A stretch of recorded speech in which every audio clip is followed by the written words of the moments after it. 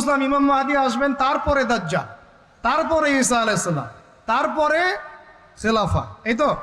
তাহলে ইমাম মাহদী আবার কখন? আমাদের বুয়েটের মাহদী বের হয়, পাঞ্জাব থেকে মাহদী বের হয়, হ্যাঁ, বাংলাদেশের ওই কোনায় মাহদী বের হয়, সৌদি আরব থেকে ওই কোনা থেকে মাহদী বের হয়, হয় না? খুব ভালো করে মনে রাখবেন, যতক্ষণ এই বিশ্বে একটা মালহামা না হচ্ছে মাহদী আসছেন না। কথা ক্লিয়ার? এই বিশ্বে যতক্ষণ একটা মালহামা না হচ্ছে মাহদী আসছেন না। তিনি আসবেন ফাতিমা রাদিয়াল্লাহু আনহার বংশ থেকে। কার বংশ?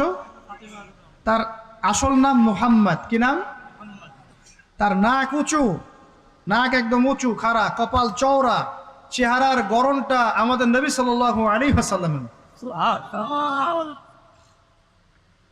তার বাবার নাম হবে আব্দুল্লাহ, তার মায়ের নাম হবে আমিনা। তিনি দায়িত্ব নিতে চাইবেন না, তিনি দায়িত্ব নিতে চাইবেন না।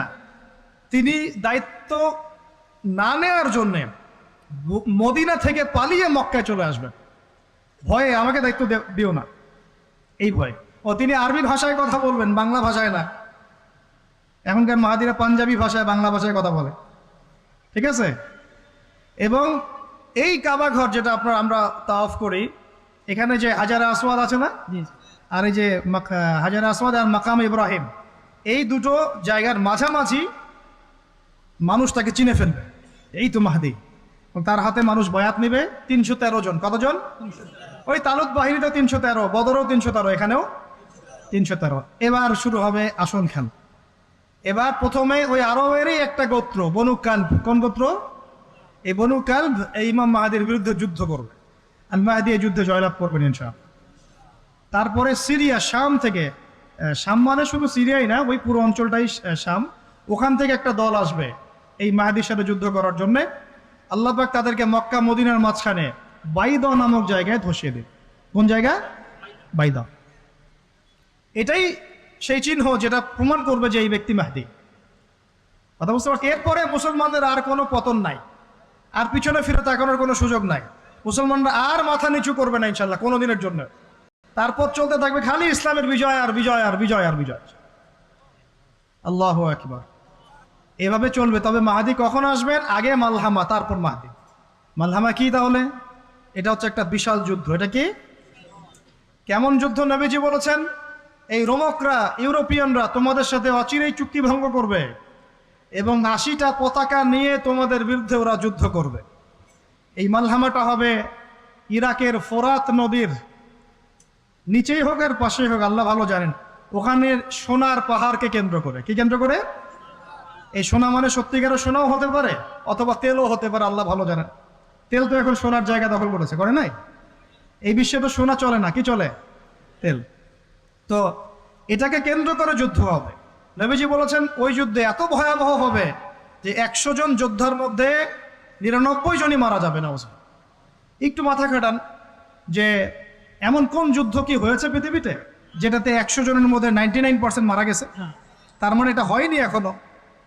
আর একটা যুদ্ধে এত পার্সেন্ট মানুষ কিভাবে মরতে পারে?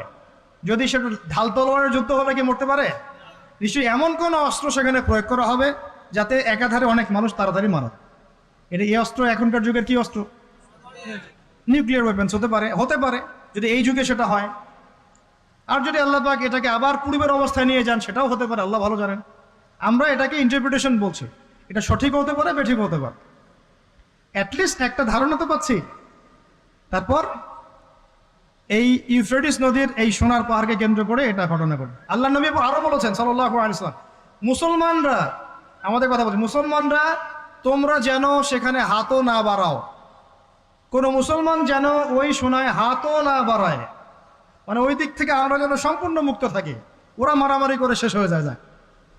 বিশ্বটা হয়তো সংক্ষিপ্ত হয়ে আসতে পারে যদি এরকম কোনো ম্যাসিভ নিউক্লিয়ার যুদ্ধ হয়ে যায়, যেটার আশঙ্কা অনেকেই করেন। মিলিটারি অ্যাফেয়ার্স যারা পড়েন তারা করেন, পলিটিক্স যারা করেন তারা করেন। এবং এই জায়নিস্টরা চাচ্ছে, এই জায়নিস্টরা খুব করে চাচ্ছে বিশ্বে এমন একটা যুদ্ধ লাগুক। একবার ইউক্রেন রাশিয়ার ইস্যু তুলে দেয়, একবার সিরিয়ার ইস্যু তুলে দেয়, একবার আফগান ইস্যু তুলে দেয়, একবার ইরাকে ইস্যু তুলে দেয়, একবার প্রথম বিশ্বযুদ্ধ লাগায়, একবার দ্বিতীয়টা লাগায়। ওরা খুব করে যাচ্ছে যেন আরও একটা লাগে।